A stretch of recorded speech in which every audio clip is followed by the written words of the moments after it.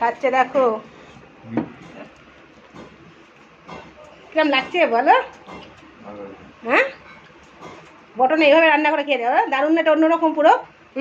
গোটা গোটা রসুন দিয়ে, গোটা গোটা পেঁয়াজ দিয়ে, আর হাঁড়ির মধ্যে করে জল কিন্তু আমি অল্পই দিয়েছি, জল বেশি দেওয়া হয়নি। দেখাচ্ছি, দেখো। ঠিক আছে, খাও, আবার লাগলে বলবে, ঠিক আছে? খেতে দেখো। শ্রাবণী, আজকে একটা দারুণ রেসিপি দেখাবো, সেটা হচ্ছে এটা মটন খাসির মাংস। আজকে হাঁড়ির মধ্যে করবো, হাঁড়ির মধ্যে করবো, এই জন্য সব কিছু আমি নিয়ে নিয়েছি। এবার হাঁড়ির মধ্যে একসাথে মাখিয়ে বসাবো। নাও তুমি আর দিতে থাকো। প্রথমে সর্ষের তেল দিয়ে দিচ্ছি, দেখো প্রায় 150 মতো আমি সর্ষের তেল দিলাম। এবার ওর মধ্যে মাংসটা দিয়ে দাও।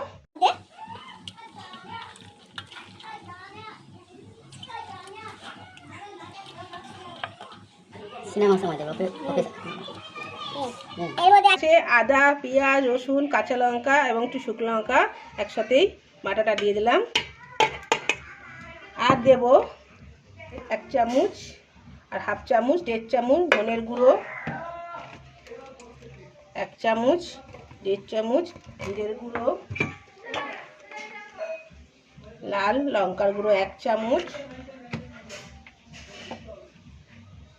কাশ্মীরি লঙ্কার গুঁড়ো 1.5 চামচ। আগে এটা মাখিয়ে নাও, তারপর নুন টুন পরে দিচ্ছি। এটাকে মিশিয়ে নাও, আগে একটু ভালো করে মাখিয়ে। পেঁয়াজ কুচি সরিয়ে ভালো করে নুনটা দিয়ে দিলাম। আর দেব হলুদ,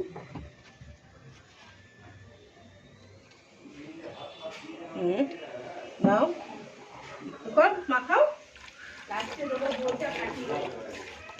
এইবার কাটা পেঁয়াজ আছে, কাটা পেঁয়াজগুলো দিয়ে দিচ্ছি, আর একটা ছোট টমেটো মাখিয়ে দাও। নুনটা দিচ্ছি,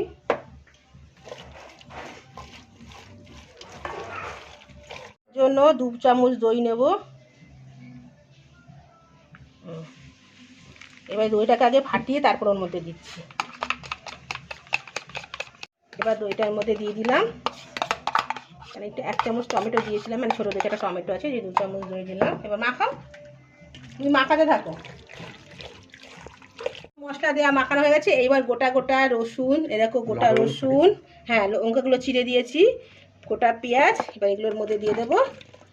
দিয়ে মাখিয়ে উল্টো পাল্টো করে দাও। এবার বসিয়ে দেবো ঢাকা দিয়ে, কম আছে এখন বসিয়ে দেবো।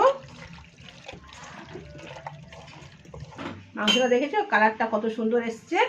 আর এই যে আলুগুলো আছে, এটা আমরা পরে দেবো, আগে মাংসটা এবার আমি বসিয়ে দিচ্ছি। দেখো বন্ধুরা, আমি আলু এতক্ষণ মাংসটা কম আছে কষালাম, জল কিন্তু এখনও দিইনি। দেখো মাংসটাতে কিন্তু আমি জল দিইনি, অতটা জল বেরিয়ে গেছে। মোটামুটি মাংসটা আমার বেশি অর্ধেক সেদ্ধ হয়ে গেছে। এবার যেটুকু বাকি আছে এর মধ্যে আমি এবার যে আলুটা ভেজে রেখেছিলাম, এই আলুটা দিয়ে দেবো।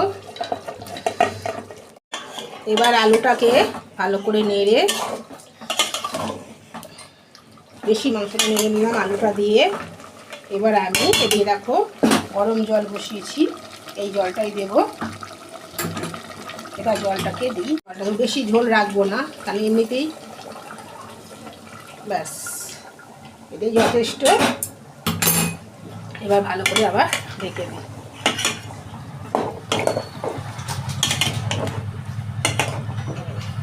এবার ঢেকে দিই। তো মাংসটা আমার কমপ্লিট হয়ে গেছে। রান্নাটা করতে পারছি না,